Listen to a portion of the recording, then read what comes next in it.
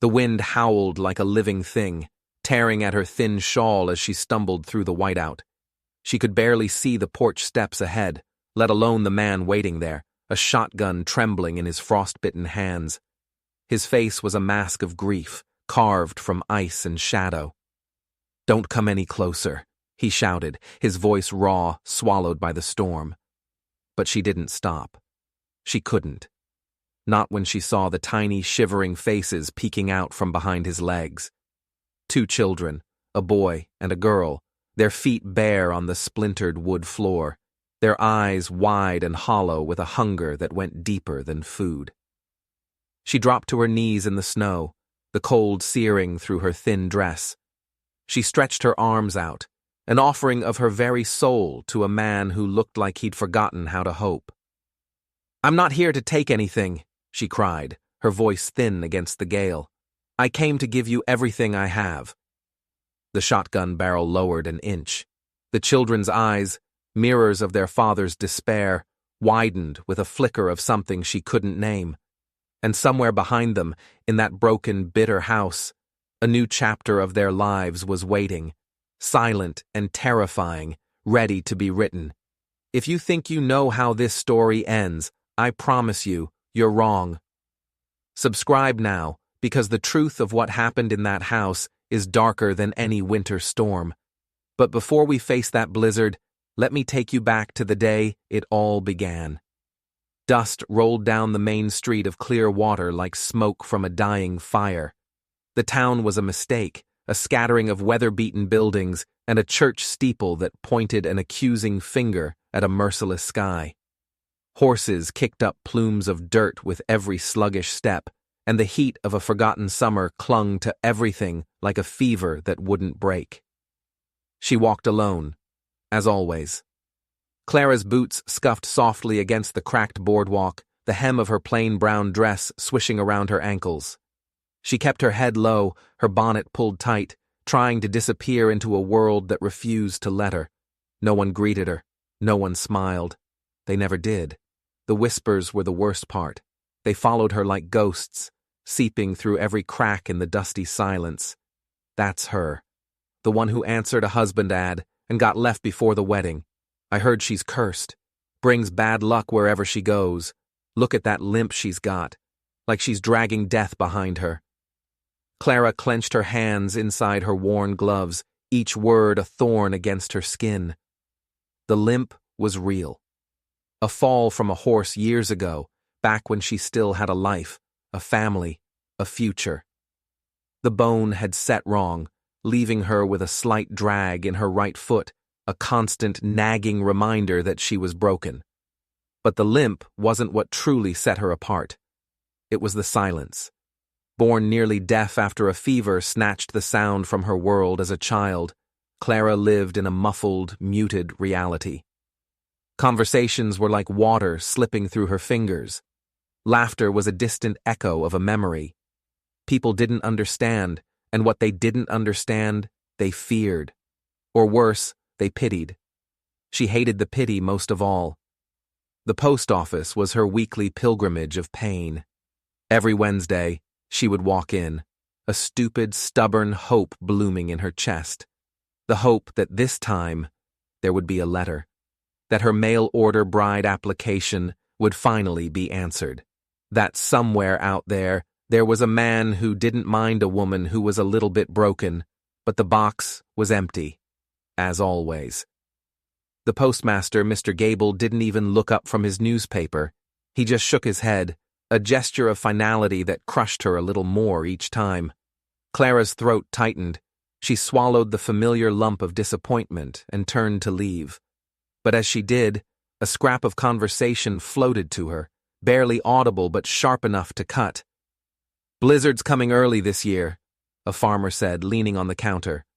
"Up north they say it's already started. Gonna be a bad one." Her heart skipped a beat.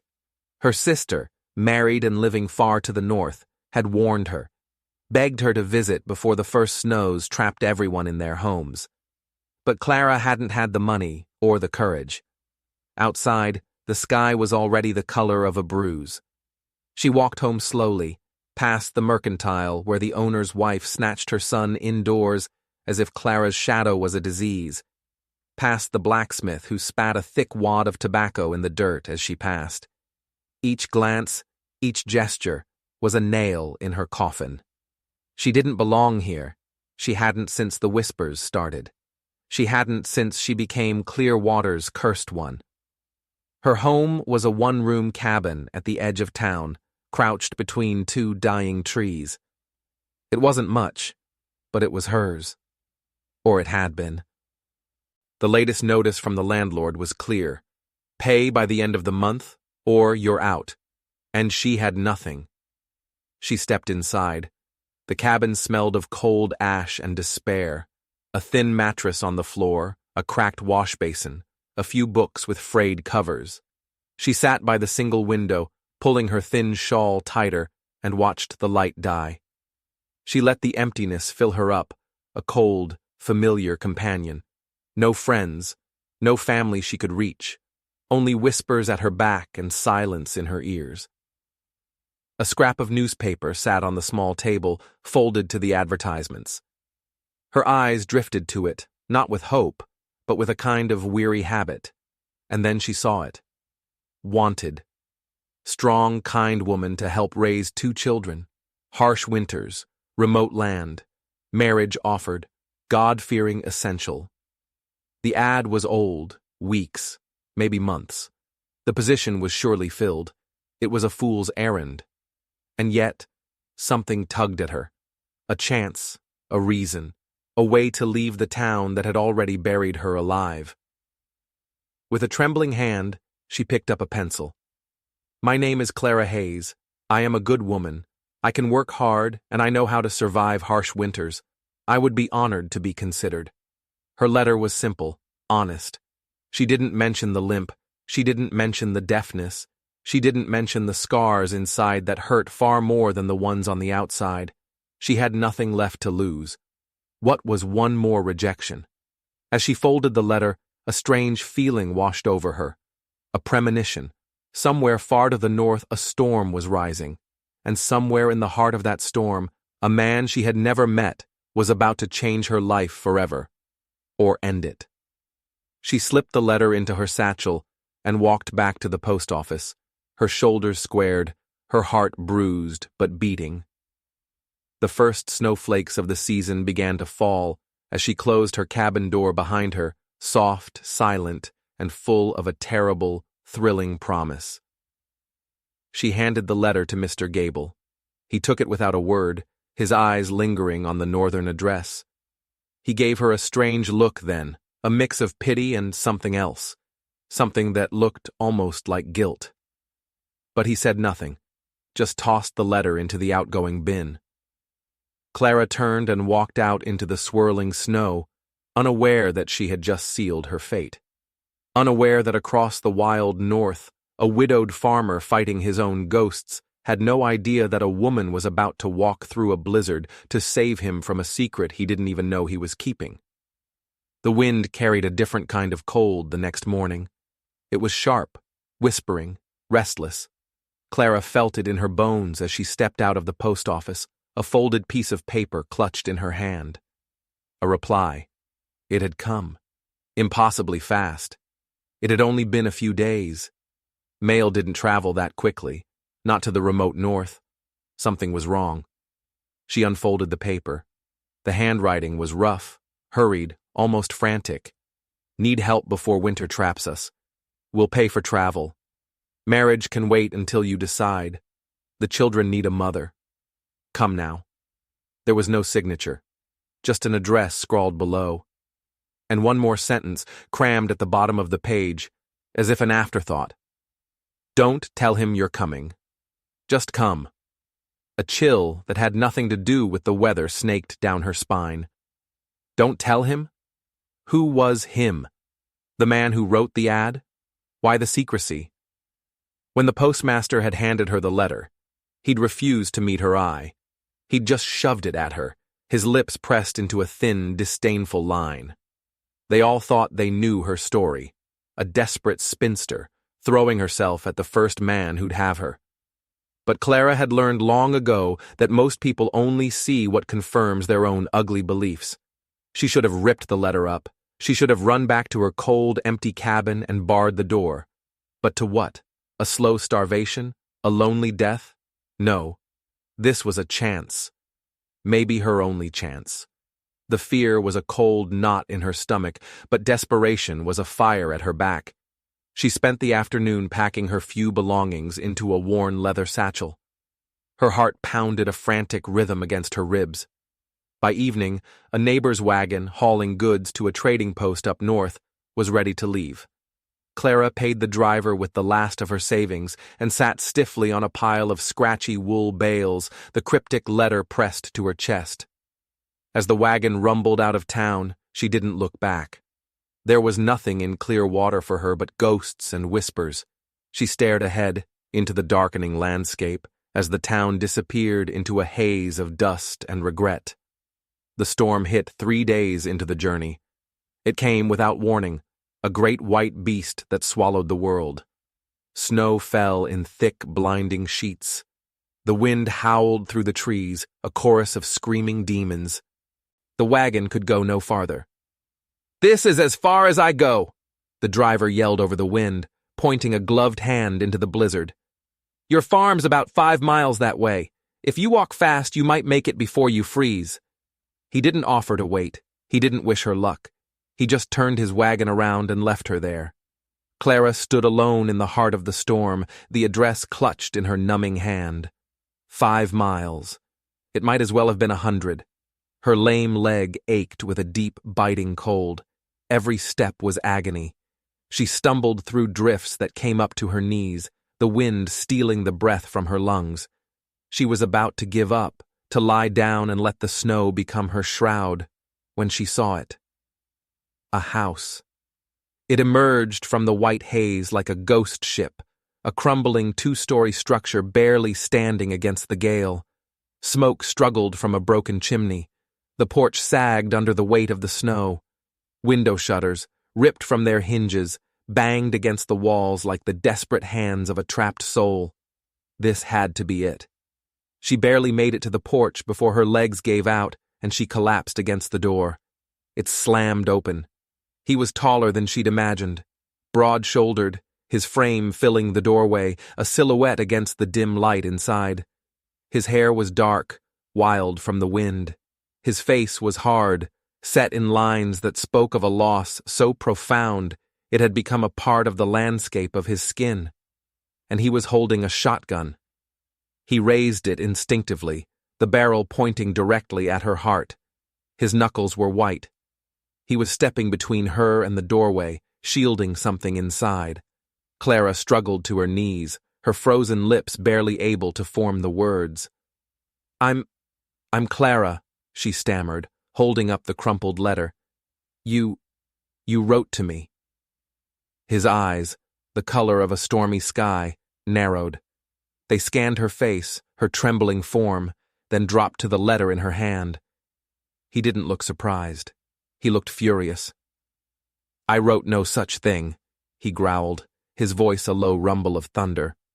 "I burned your letter the day it arrived." Clara's blood ran cold. Burned it? Then, who had sent the reply? Who had summoned her here, to this God-forsaken place? The man took a step forward, the shotgun unwavering.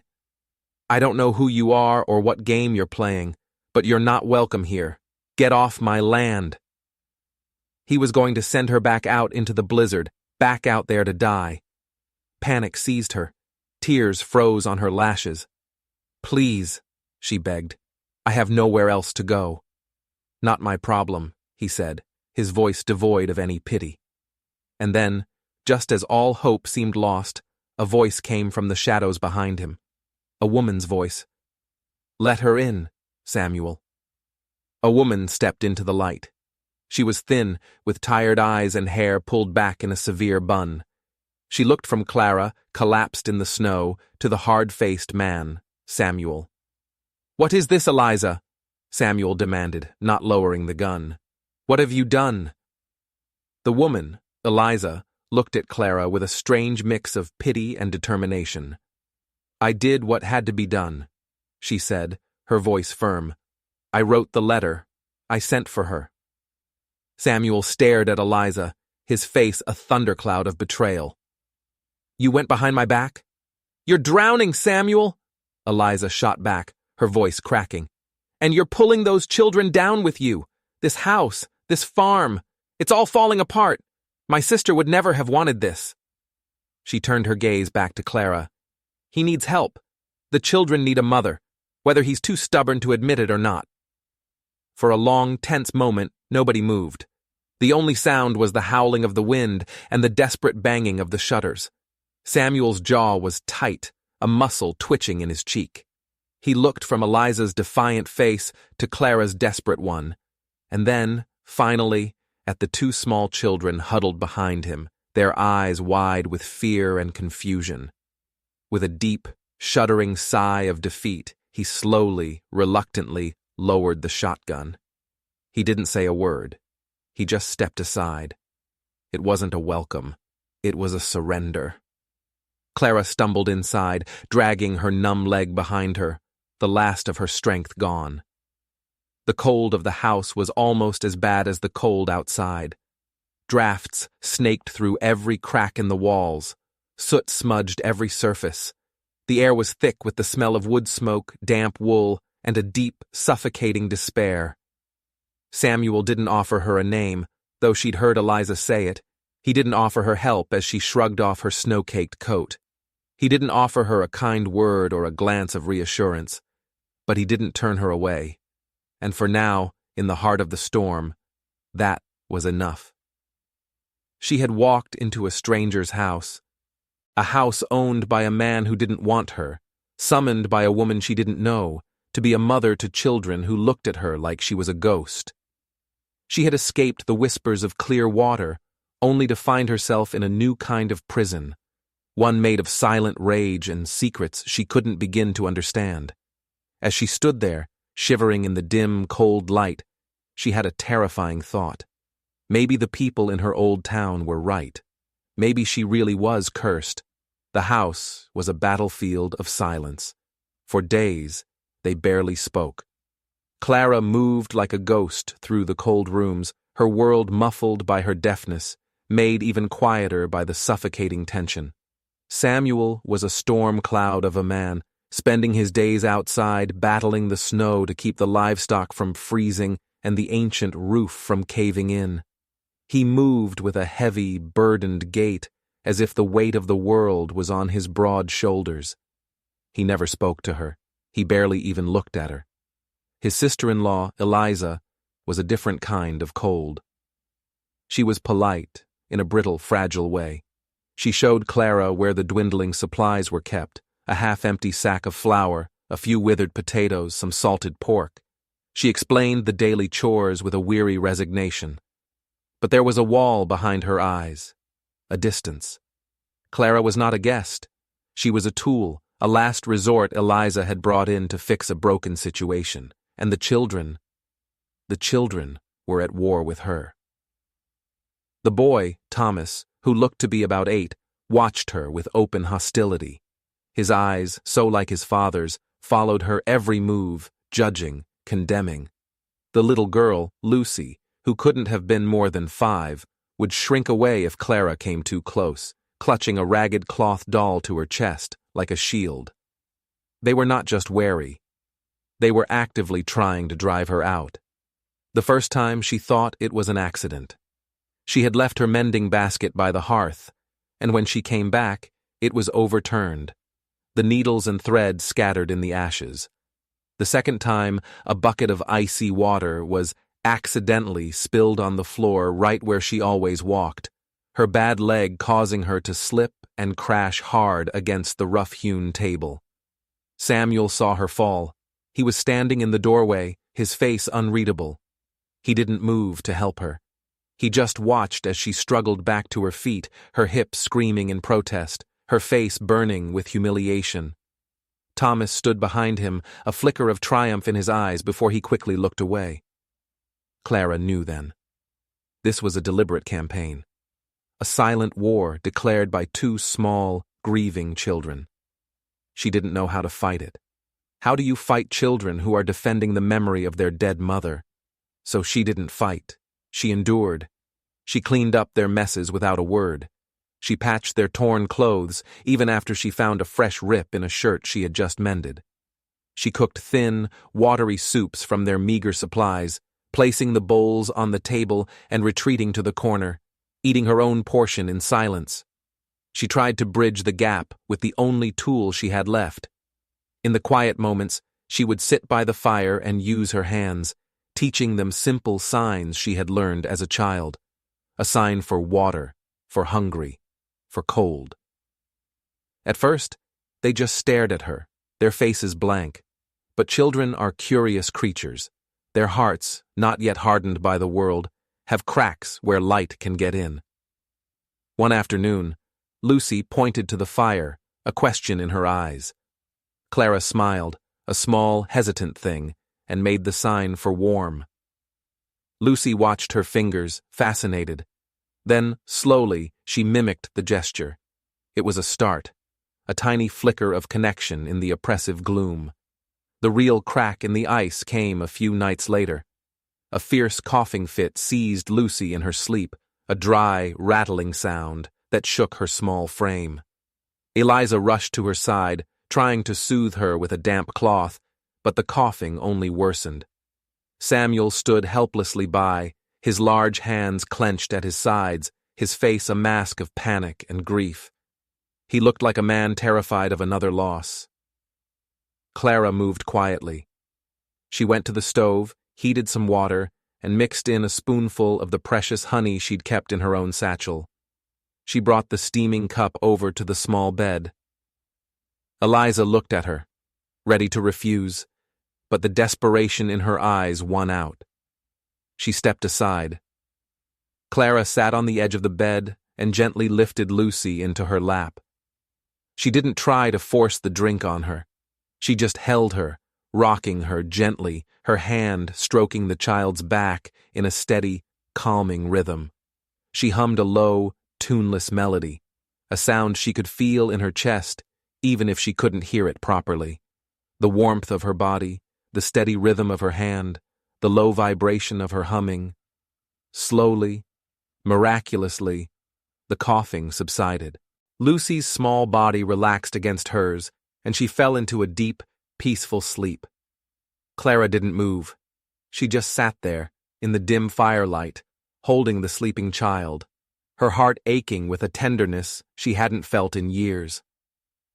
When she finally looked up, Samuel was watching her from the doorway. The anger was gone from his face. The hardness had softened. In his eyes, she saw something she hadn't seen before, a flicker of grudging respect, an unspoken truce. He held her gaze for a long moment, then gave a single, almost imperceptible nod before turning and disappearing into the shadows.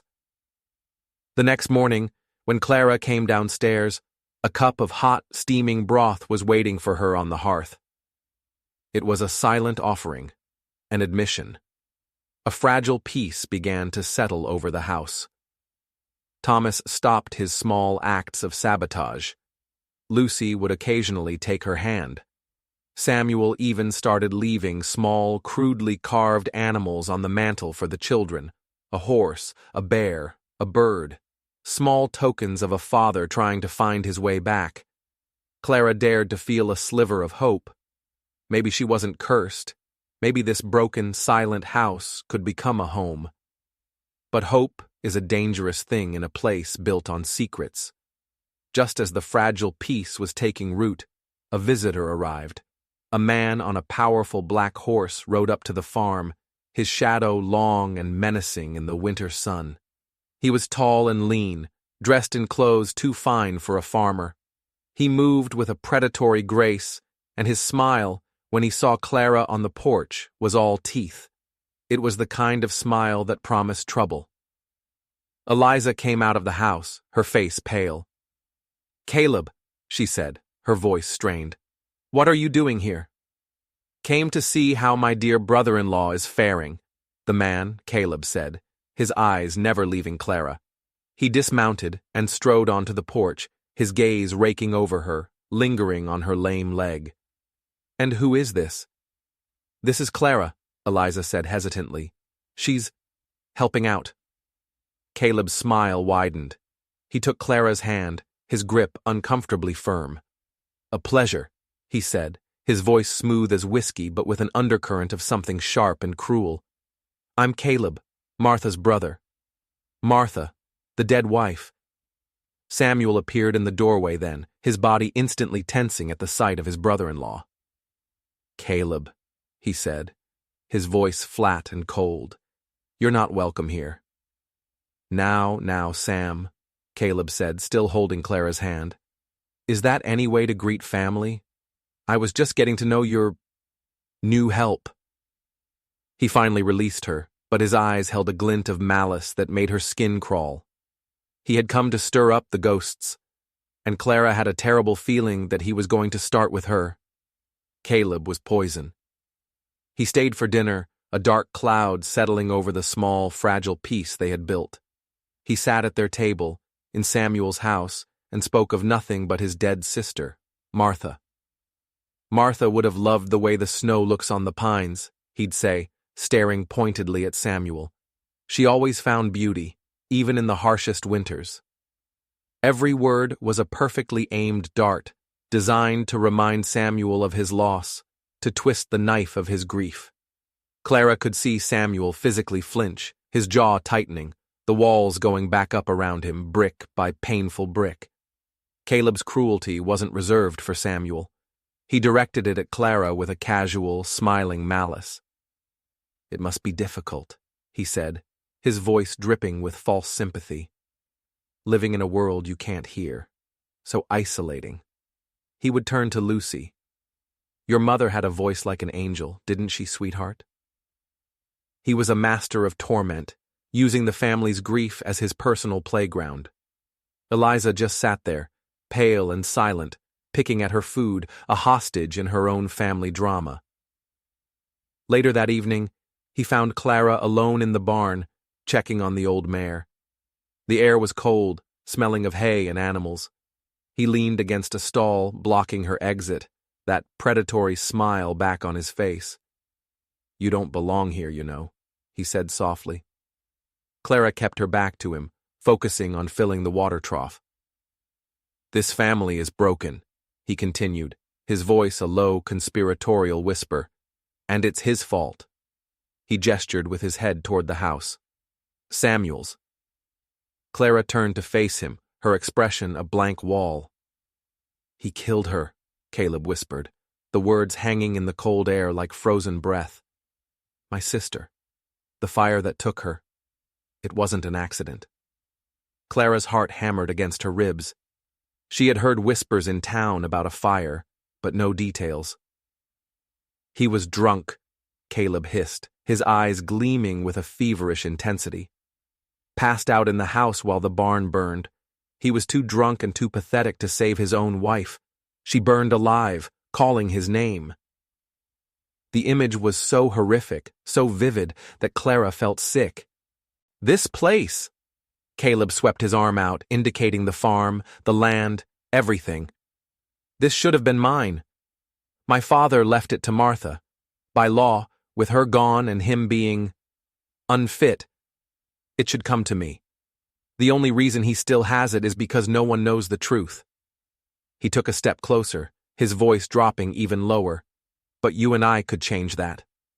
Clara stared at him, confused and horrified. "You're a broken woman, Clara," he said, the false sympathy gone, replaced by a cold, calculating tone. "No one wants you, but I can make you a proposition. Help me. Help me prove to the law that Samuel is an unfit father, that he's a danger to those children. Testify to what you see here, the neglect, the despair. When I take this farm, I'll give you a piece of it, a home, security, something you'll never have otherwise." It was a deal with the devil. He was asking her to betray the very family she was starting to care for, to use their grief to destroy them for his own gain. "No," Clara said, her voice quiet but firm.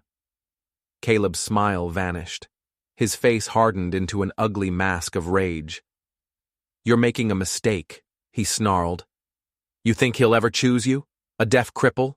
He's just using you until he finds someone better. When he throws you out, and he will, don't come crawling to me."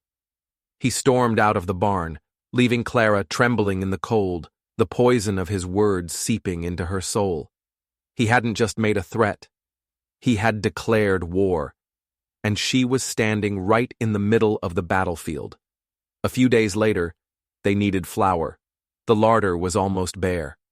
Samuel said he would come into town after he finished mending a broken fence, so Clara went ahead with the children, bundling them up against the biting wind. The trading post was crowded. The air was thick with the smell of pipe smoke, wet wool, and simmering gossip. As soon as Clara walked in, a hush fell over the room. Every eye turned to her. And then, she saw him. Caleb was leaning against the counter, a smug look on his face. He was surrounded by a handful of rough-looking men, all of them watching her. It was a setup, an ambush. Caleb tipped his hat in a mocking gesture. "Well, if it ain't Sammy's little charity case," he drawled, his voice carrying easily across the silent room. A wave of cruel laughter rippled through the men. Clara froze, her hand hovering over a sack of flour. She could feel her face burning with shame. Lucy clutched her leg, her small face filled with confusion. Thomas squared his tiny shoulders, trying to look brave, his fists clenched at his sides. "Poor thing," one of the men sneered. "Guess Sam's just too lonely to be choosy. Don't need good ears to warm a bed, eh?" Another added, followed by another round of jeering laughter. The words were like stones, pelting her, bruising her. She couldn't breathe. The room started to spin. The sack of flour slipped from her numb fingers, bursting open on the floorboards in a cloud of white dust, a perfect metaphor for her scattered hopes. She just stood there, paralyzed by the humiliation, the stares, the pity. She was right back in clear water, the cursed one, the broken thing that everyone pointed at. The door to the trading post swung open, and Samuel stood there. He took in the scene in an instant. Clara, pale and trembling amidst the spilled flour, the terrified children clinging to her, Caleb and his cronies smirking with triumph. A terrible dark rage transformed Samuel's face. He looked like he was about to tear the world apart. But Clara didn't wait to see what he would do. She couldn't bear it. She couldn't bear his pity or his anger on her behalf. She just grabbed the children's hands and fled. She ran out of the store, out into the biting cold, pulling the children behind her. She didn't know where she was going.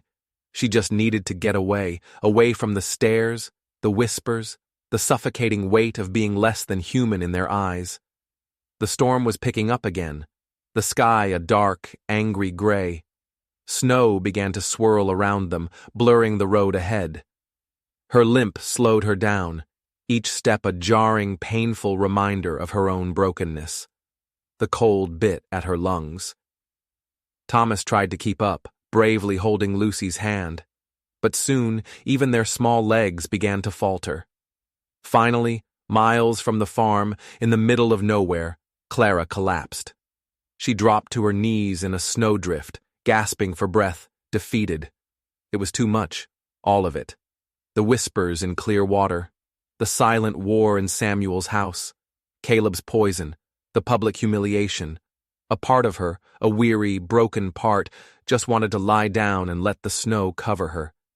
To finally be at peace. She buried her face in her hands, sobs shaking her body, tears freezing on her lashes. She didn't hear the crunch of footsteps in the snow behind her. She didn't hear a voice, rough with fear, calling her name. But she felt it, the warmth of a heavy coat being draped over her shoulders, the strength of two large hands lifting Lucy and Thomas into a protective embrace, the steady presence of a man kneeling in the snow beside her, not demanding, not judging, just being there. Clara lifted her head.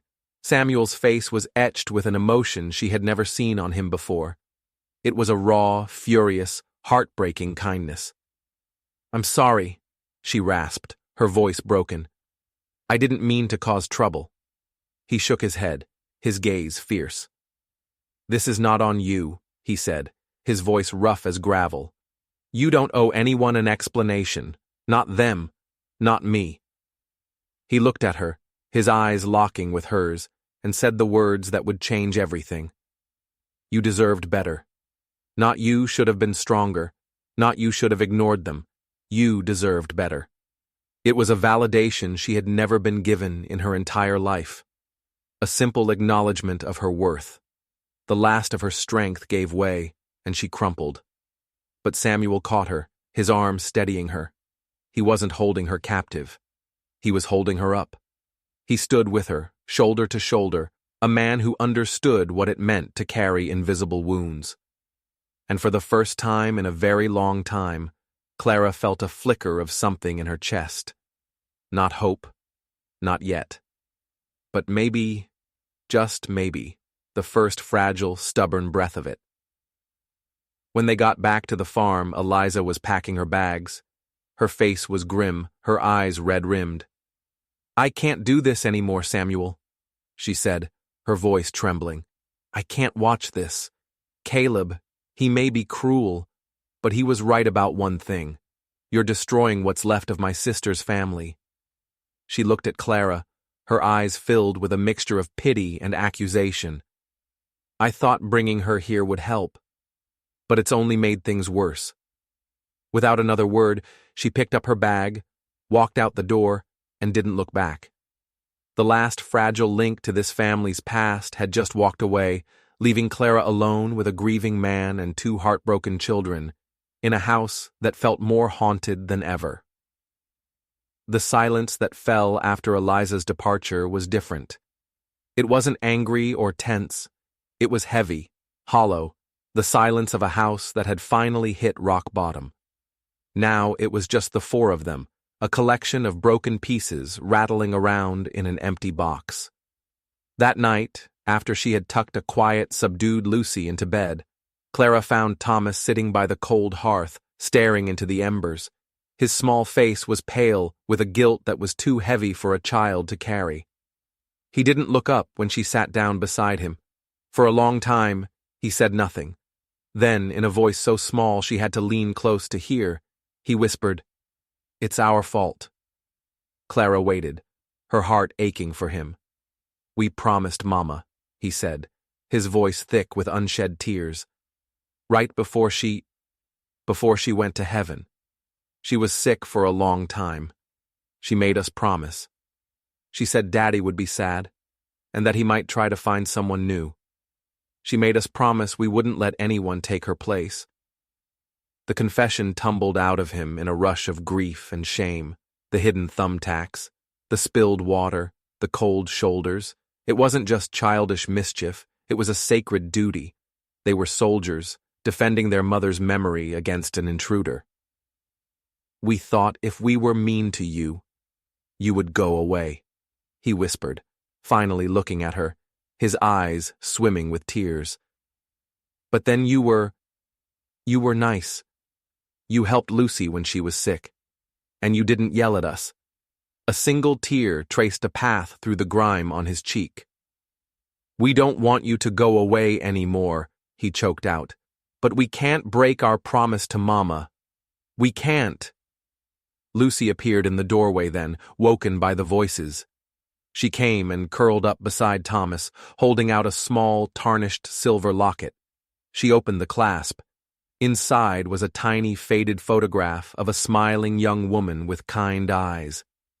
Martha. The children weren't fighting Clara. They were caught in an impossible trap between their loyalty to the dead and their growing affection for the living. Clara felt a profound wave of understanding wash over her. She hadn't been fighting children. She'd been fighting a ghost. And you can't win a fight against a ghost. So she stopped fighting. She reached out and gently took the locket. She's beautiful, she said softly. She wasn't trying to replace their mother. That was never the battle. The battle was for a place alongside her. I am not here to take your mother's place, Clara told them, her voice steady and clear. She looked from Thomas's tear-streaked face to Lucy's wide, hopeful eyes. No one could ever do that. I am here to help you remember her, to help your father keep you safe. That's what your mama would want, isn't it? For you to be safe and happy. She asked them to tell her stories about Martha. What was her favorite color? What songs did she sing? They talked for hours, the children's initial hesitation melting away into a flood of cherished memories. The next day, Clara helped them pick a few winter wildflowers from a sheltered spot by the creek, and they placed them in a small jar next to the locket on the mantel. It wasn't a shrine to grief, it was a testament to love. She wasn't an intruder anymore. She was a promise keeper, a guardian of their mother's memory. Samuel had been standing in the shadows of the hallway, listening to the whole thing. When the children finally went back to bed, their hearts a little lighter, he stepped into the room. His face was a raw canvas of grief, awe, and a shame so deep it was painful to look at.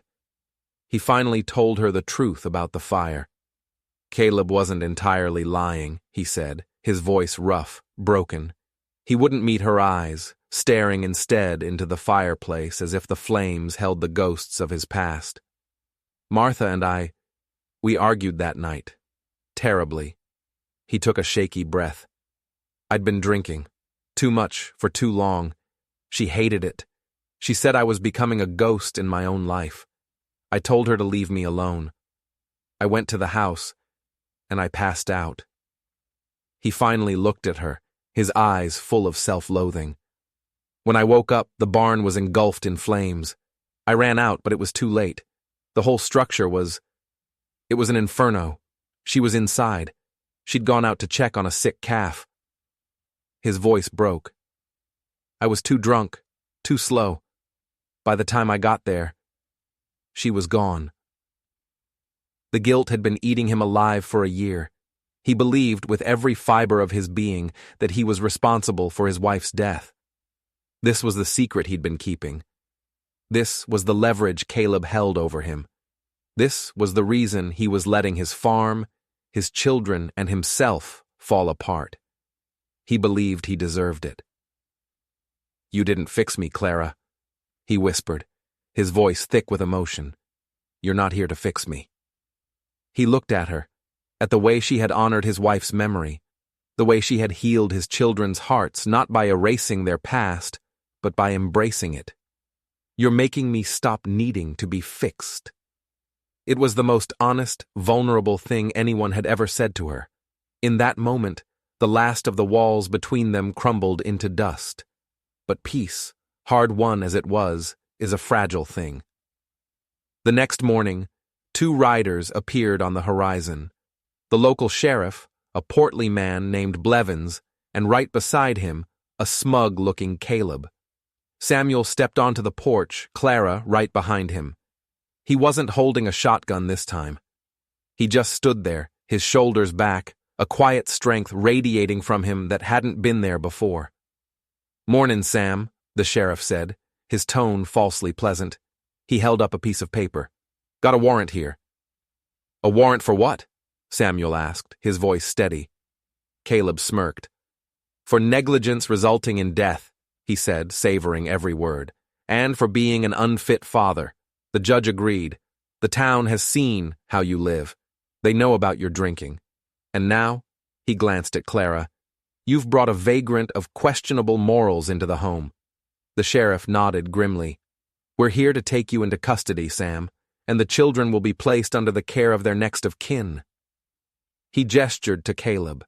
"The farm and all assets will be managed by Mr. Thorne here until the matter is settled by the court." It was a coup, a legal, sanctioned theft of a man's life, his children, his home, all orchestrated by Caleb. 2 deputies moved past them into the house to get the children. Lucy started to cry. Thomas stood frozen, his small face a mask of terror. They were arresting Samuel, taking him away. Caleb was winning. Everything was being torn apart just when it had started to come together. As Caleb turned his horse, basking in his victory, Clara saw it. a glint of sunlight on metal. In Caleb's hand, tucked partially into his saddlebag, was a silver flask. It was intricately engraved with a twisting vine pattern. And Clara's blood ran cold. She had seen that flask before. Weeks ago. In town. Sitting on Sheriff Blevins's own desk in the jailhouse. Caleb and the sheriff weren't just allies. They were partners. This wasn't justice. It was a conspiracy. And she had just seen the proof. The flask. It was the key. Her mind raced, pieces of a puzzle clicking into place with a sickening clarity. The wagon driver's gossip about Martha being a firebrand. The children's stories about their mother arguing with Caleb over money. Samuel's confession about his drinking. Caleb's perfectly timed arrival. The orchestrated humiliation at the trading post. Caleb hadn't just used Samuel's grief. He had manufactured the entire narrative. She looked at Samuel being led away, his face a mask of resigned despair. He still believed he was guilty. He was going to let them take everything because he thought he deserved the punishment. But Clara knew he was innocent. She didn't know how, but she knew it. The real monster wasn't the man drowning in guilt. It was the man smiling in triumph. She couldn't let it happen. While Caleb and the sheriff were focused on Samuel, Clara turned to the terrified children. "Thomas," she whispered urgently, her eyes locking with his. "Think hard. When Uncle Caleb and your mama argued, what did they argue about? Was it always about your father?" Thomas squeezed his eyes shut, trying to remember. "No," he said slowly. "Uncle Caleb. He was always asking for money. Mama said he was a gambler. She said he'd lose the farm if he ever got his hands on it. The last time she saw him, she was so angry. She told him she would never let him sell her father's land. There it was. The motive. It was never about saving the farm. It was about selling it. Martha had stood in his way. Clara's heart pounded. The argument on the night of the fire. What if it wasn't between Martha and Samuel? "What happened to the flask your father used to carry?" Clara asked Thomas, her voice low. "Mama threw it out," Thomas said, "weeks before the fire. She said she was tired of it." Samuel hadn't been drinking heavily that night. Caleb's story was a lie. A carefully constructed lie built on a foundation of a man's guilt. She knew what she had to do. It was a wild, desperate gamble, but it was the only one she had. She couldn't go to the sheriff. He was part of it. She had to go around him. She grabbed the worn satchel she'd arrived with, her mind racing. The nearest town with a district judge was almost a day's ride away. She had no horse, no money, and a storm was brewing. It didn't matter. She ran to the barn. The old mare, the one Martha had been tending to the night she died, looked at her with gentle eyes. Clara had never been a confident rider, not since her accident, but desperation gave her a strength she didn't know she possessed. She fashioned a makeshift bridle from a piece of rope and threw a ragged blanket over the mare's back. As she led the horse out of the barn, she saw Thomas watching her from the window, his face pressed against the glass. He knew. He trusted her. She pulled herself onto the mare's back, her lame legs screaming in protest, and urged the horse into a run. She rode away from the stolen farm, away from the stolen family, with only a child's memory and the image of a silver flask to prove a man's innocence. She rode into the heart of the storm, a lone, broken woman on a stolen horse, racing against time to uncover a truth that everyone else had agreed to bury. The ride was a nightmare of biting wind and blinding snow. The old mare was slow, and Clara's body ached with a pain so intense it was a constant screaming noise in her head. But she didn't stop. She thought of Samuel's defeated face, of the children's terror, and she pushed on. She found the district judge, a stern, weary man named Hawthorne, in a dusty courthouse that smelled of old paper and stale coffee. He listened to her wild story with a skeptical frown. A deaf woman with a limp on a stolen horse, accusing the local sheriff and a grieving brother of a conspiracy and murder. It sounded like madness. "Do you have any proof?" he asked, his voice laced with impatience. "The flask," Clara said. "An engraved silver flask. Caleb Thorne has it. I saw it on Sheriff Blevins' desk myself, weeks ago." She then told him about Caleb's gambling debts, a fact she wrangled out of the old wagon driver she'd tracked down in a saloon, a man who hated Caleb Thorne enough to talk. The judge was silent for a long moment, tapping his fingers on his desk. It was a thin thread to hang a man's life on. But there was something in Clara's eyes, a fierce, unshakable conviction, that gave him pause. "Very well," he said finally. "I will send my deputy to investigate. But if this is a wild goose chase, madam, there will be consequences."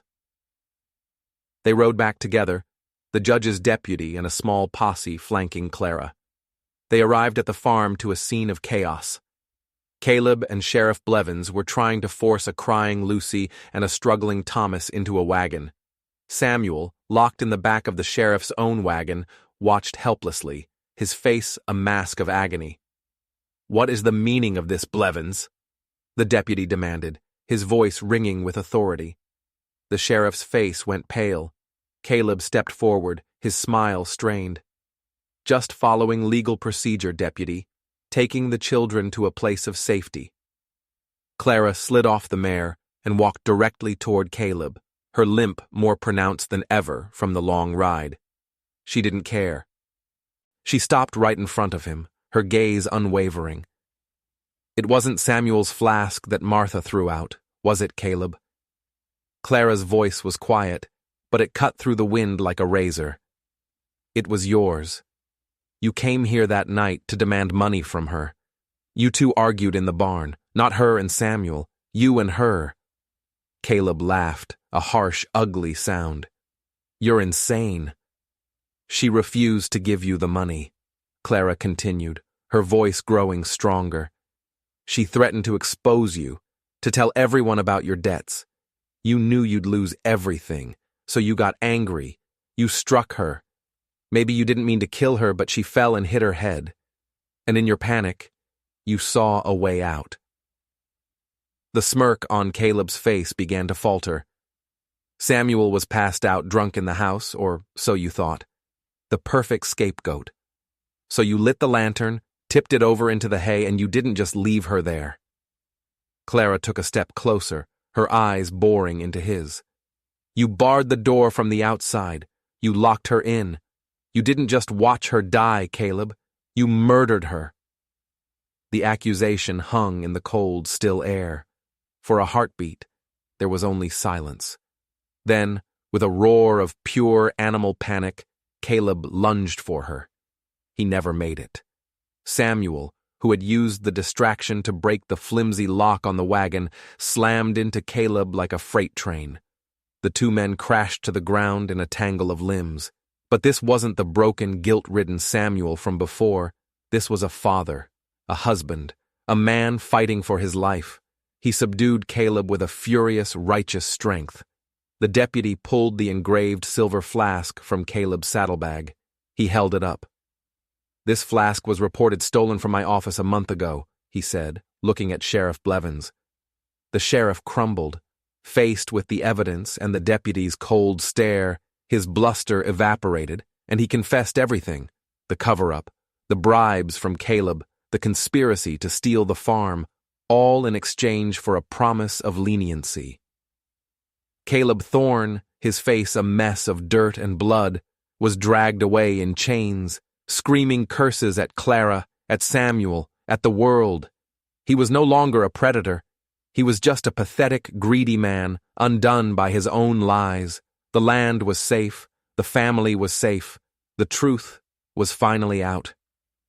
Samuel stood before Clara, his hands bruised, his clothes torn, but his eyes were clear for the first time in a year. The ghost of his guilt was gone, banished by the light of the truth. He looked at her, this quiet, broken woman who had walked through a blizzard and stared down a murderer to save him. "Clara," he said, his voice thick with an emotion that went beyond gratitude.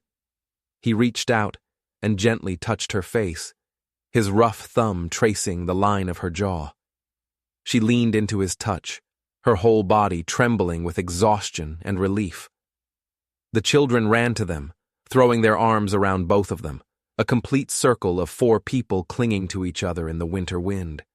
The house behind them was still broken, the land was still scarred, but for the first time, it felt like a home. Spring came to the farm in slow, tentative steps. The snow melted, feeding the thirsty earth. Green shoots pushed their way through the soil in the garden Clara had planted.